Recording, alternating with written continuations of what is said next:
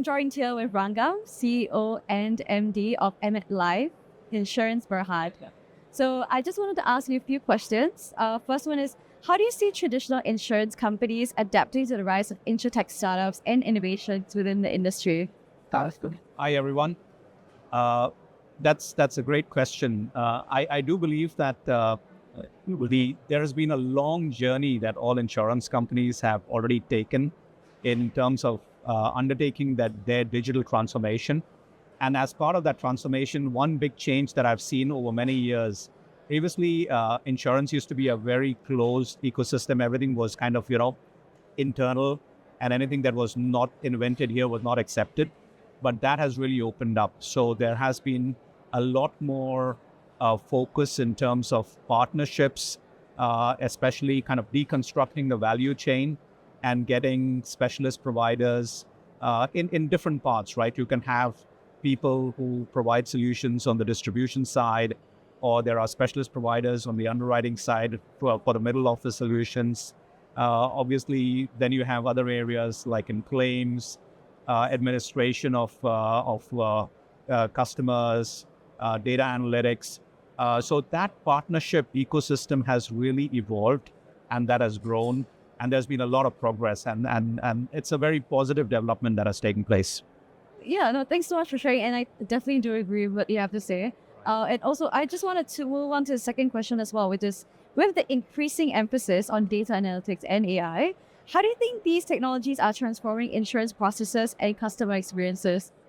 I think data is going to be the next big thing. I mean, it's been already there for a while, but I think people, especially in the insurance industry, are really getting more appreciative of the fact that it's not just getting data organized, but in terms of how do you set up your data architecture, your data systems, your data models, they all have to be integrative, and they have to work seamlessly together with all the different systems. Because if you do not have those connected in a seamless manner, you really create a disconnect in terms of the customer experience. So a lot of work is actually ongoing in terms of how do we make sure that we get our hands wrapped around the whole big data challenge.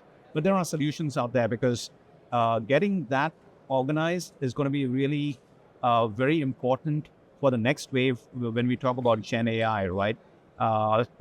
Insurers have been using a lot of decision engines, decision models previously, which were kind of based out of data. But how do you then leverage all the data that you have inside the organization? Just as an example, for my company, we have a history of 50 years, right? And so a lot of the data from the last 50 years were never really organized in a structure that could be fully utilized to leverage the potential for the next wave of Gen AI.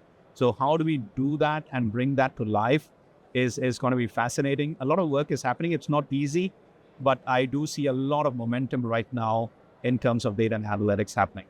Definitely. Yeah, I would definitely think that with 50 years of history, I mean, with what you guys can do as a team, I'm definitely sure that something innovative is definitely coming along the way. Which then leads me to my next question. Looking into the next 3 to 5 years, how do you predict will be the most significant changes or advancements in the insurance ecosystem? And how should industry stakeholders prepare for this? I do believe the next 5 years, as have the last 5 years, been equally exciting.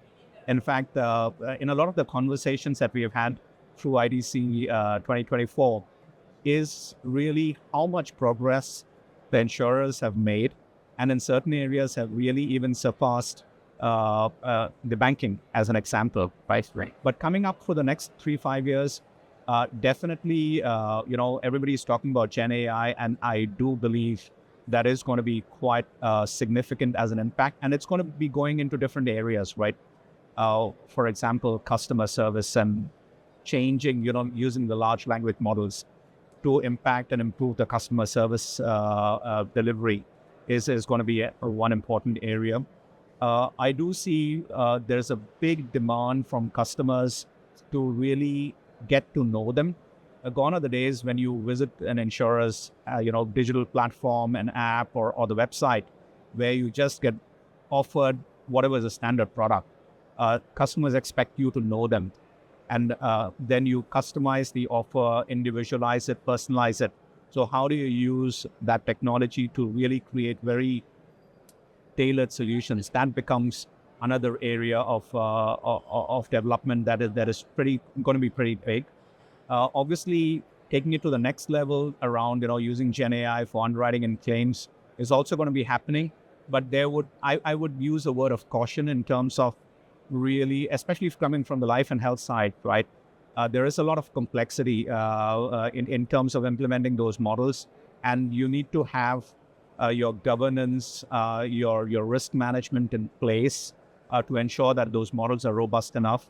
So it will take some time, but we will certainly get there over a period of time.